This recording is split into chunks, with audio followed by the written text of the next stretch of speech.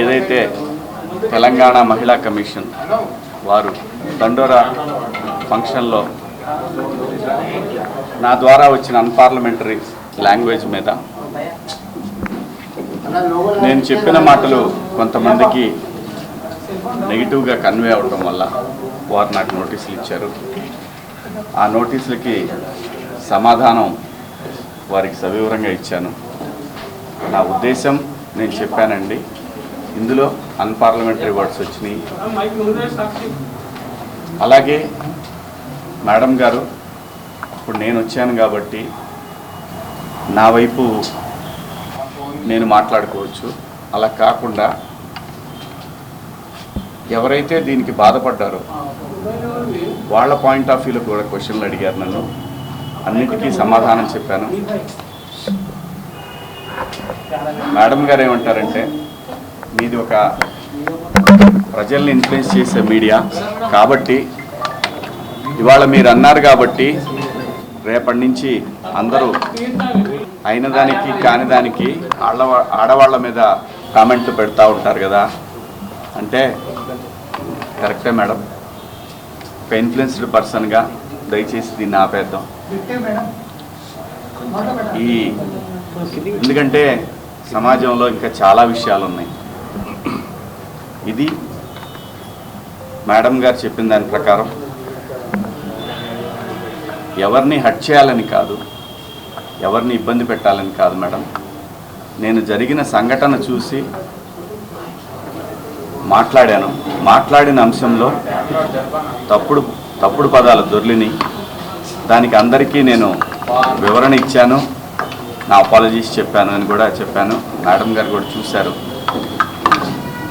నాకు ఇక్కడికి వచ్చిన తర్వాత అర్థమైంది ఏంటంటే, నేను ఏదైతే ఆ రోజున నేను ఏదో జరగబోతుంది అని ఏదైతే గ్రహించానో, నాతో కెరీర్ మొదలుపెట్టిన వాళ్ళు చాలామందికి ఎందుకో నా మీద వ్యతిరేకత ఉంది. ఎందుకో తెలియదు. నేను ఒక సందర్భంలో, ఇది బయట తెలిసిన విషయం, ఒక సందర్భంలో ఎందుకు వీళ్ళకి నా మీద కోపం ఎందుకో నాకు తెలీదు. 30 సంవత్సరాలు అయింది నేను ఈ పరిశ్రమకు వచ్చి. ఈ 30 సంవత్సరాల్లో నేను ఏ ఒక్కరిని ఇబ్బంది పెట్టినా ఈ పాటికి ఎప్పుడో బయటకు వచ్చేది రాలేదు.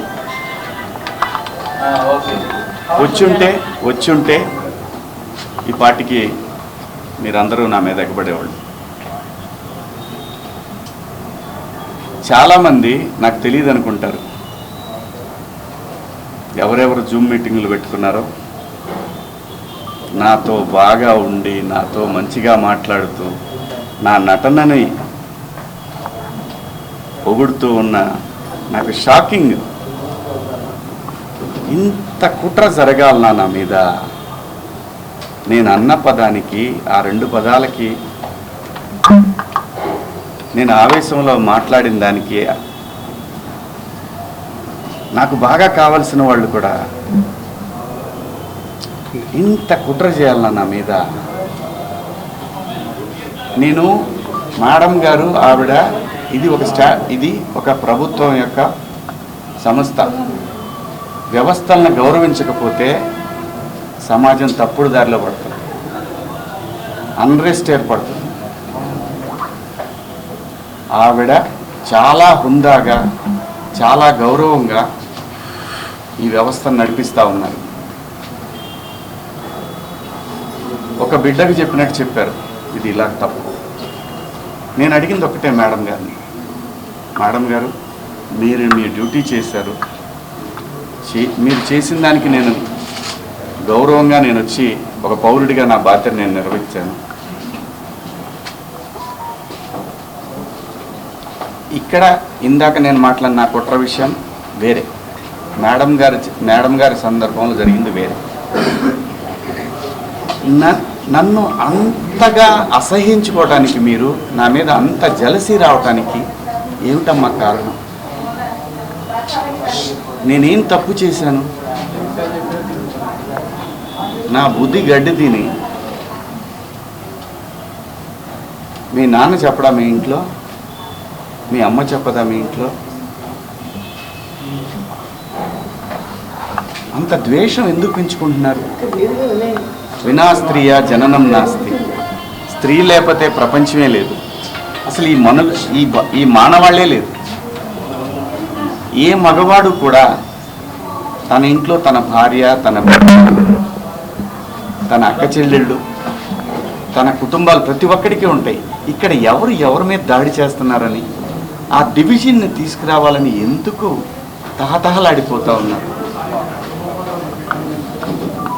అందరి వాదన ఒకటే, స్త్రీని మహాలక్ష్మిలా చూసుకోవాలనుకుంటారు. ఎవరు బట్టలు ఎలా వేసుకుంటే నాకేంటమ్మా? మీరు ఎలాంటి బట్టలు వేసుకోవాలనేది మీ ఇష్టం. నేను ఒక తండ్రిలాగా నా దగ్గర హీరోయిన్లు అందరూ కూడా నాకు తండ్రిలాగా నేను పాత్రలు చేస్తున్నాను కాబట్టి నా బిడ్డలకు చెప్పినట్టు చెప్పానే కానీ ఇంతకుముందు ఎప్పుడు ఎవరు ఏమీ అనలేదమ్మా. వాళ్ళ మీద మీరు ఇలాగే కంప్లైంట్లు ఇచ్చారా? జూమ్ మీటింగులు పెట్టుకొని మీలో మీరే? ఏమ్మా, పేర్లు పెట్టి అనగలను నేను, కానీ మీరు ఇబ్బంది పడకూడదు.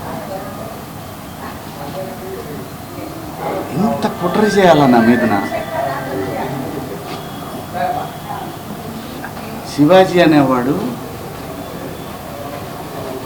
సినిమా పబ్లిసిటీ కోసం అంత చిల్లరగా దిగజారుతాడా శివాజీ? నాకు అలాంటి డబ్బు పిచ్చి, ఫేమ్ పిచ్చే ఉంటే రాజకీయాల్లో నేను ఎక్కడో ఉండే. ఒక సినిమా కోసం అంత దిగజారే మనిషి అయితే 13 సంవత్సరాల పాటు సినిమాకి దూరంగా జనం కోసం నిలబడేవాడినా. నాకు అనుకూలంగా ఉన్న గవర్నమెంట్లు వచ్చినా కూడా నేను ఏ రోజు పోయి ఒక పదవి అడగల. అది తెలంగాణలో అయినా, ఆంధ్రాలో అయినా, ఎక్కడైనా ప్రజల గురించి మాట్లాడాలనుకున్నాను తప్ప ఎవరు కుట్ర చేశారు, ఏం చేశారు, ఎలా చేశారు అనేది ఎప్పుడైనా ఊరికే మాట్లాడితే సరిపోదు. ఆధారాలు తీసుకుందాం, వాటికి సంబంధించి నేను మాట్లాడతాను.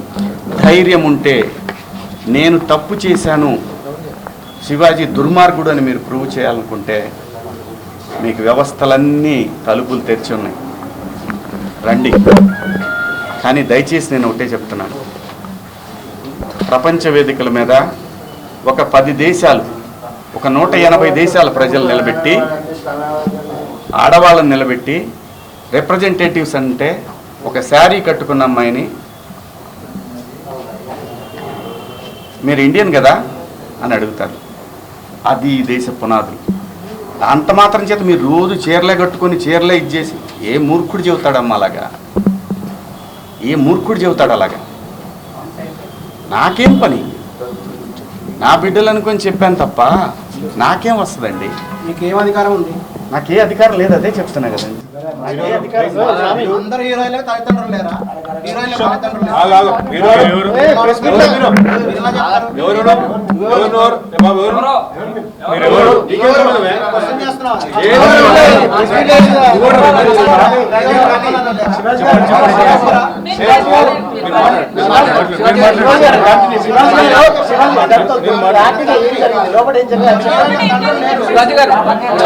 ఈ రోజుతో విచారణ ముగిసిందా?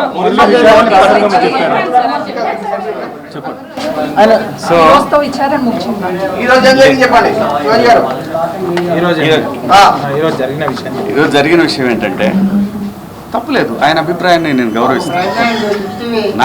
నేను పొరపాటు చేశాననే చెప్తున్నాను. నేను అనవసరంగా సలహాలు ఇచ్చాను. ప్రపంచ వేదికల మీద అలాగా ఈ దేశం పునాదులు ఏర్పడినప్పుడు ఒక కుటుంబ వ్యవస్థ ఉంటుంది. కుటుంబ వ్యవస్థ ఈ ప్రపంచంలో అత్యద్భుతంగా ముందుకు వెళుతున్న ఏకైక వ్యవస్థ భారతదేశం. ఈ భారతదేశంలో ఎవరు ఎలా బతకాలనేది రాజ్యాంగం నిర్దేశిస్తుంది, నేను కాదు. ఒకవేళ ఎవరి హక్కులకైనా భంగం కలిగినప్పుడు దానికి ఇలాంటి వ్యవస్థలు ఉంటాయి. సో నాకు అర్థమైంది ఏంటంటే సలహాలు ఇవ్వటం మానుకోవాలి, సలహాలు ఇవ్వటం మంచి మాటలు చెప్పటం మానుకోవాలి. ఎవరిదాడికి తెలుసు ఇక్కడ.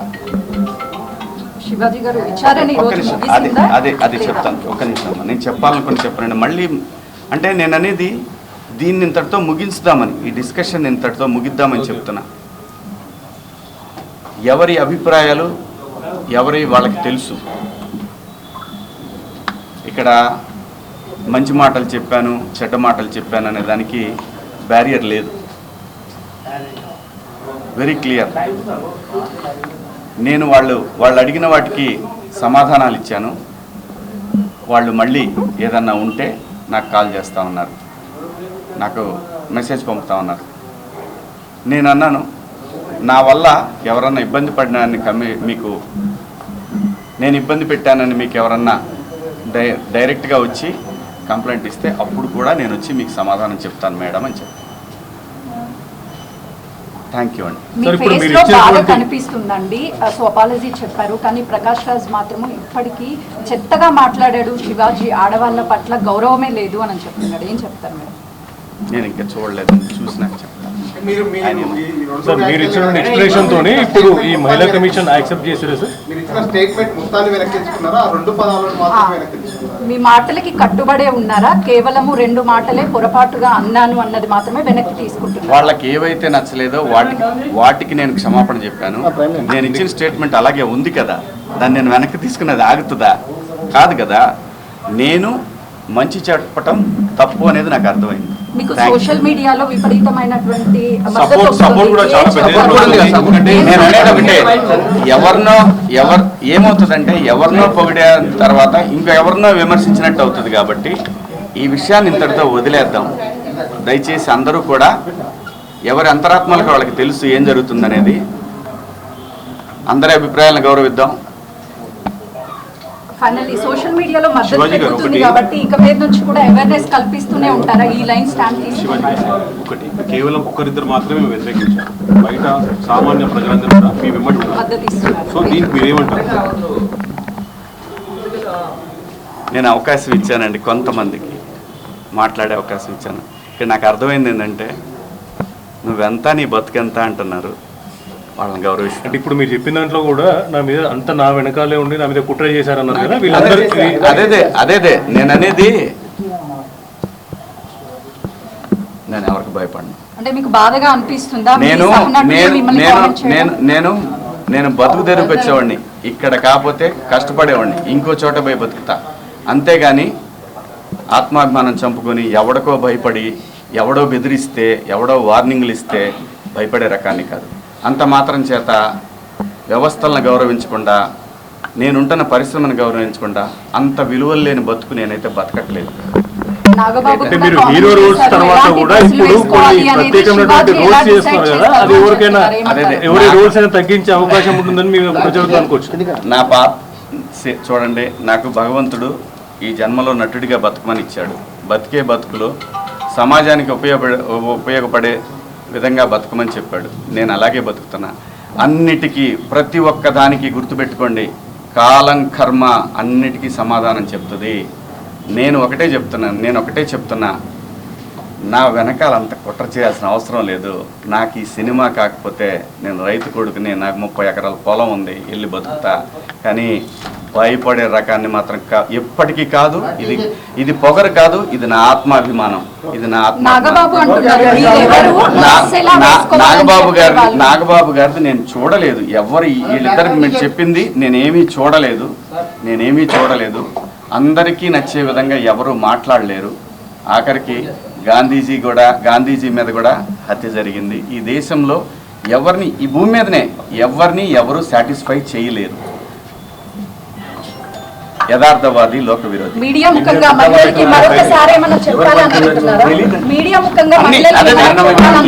ఎవరు కుట్ర పన్నుతున్నారు ఏంటనేది కనిపిస్తానే ఉంది.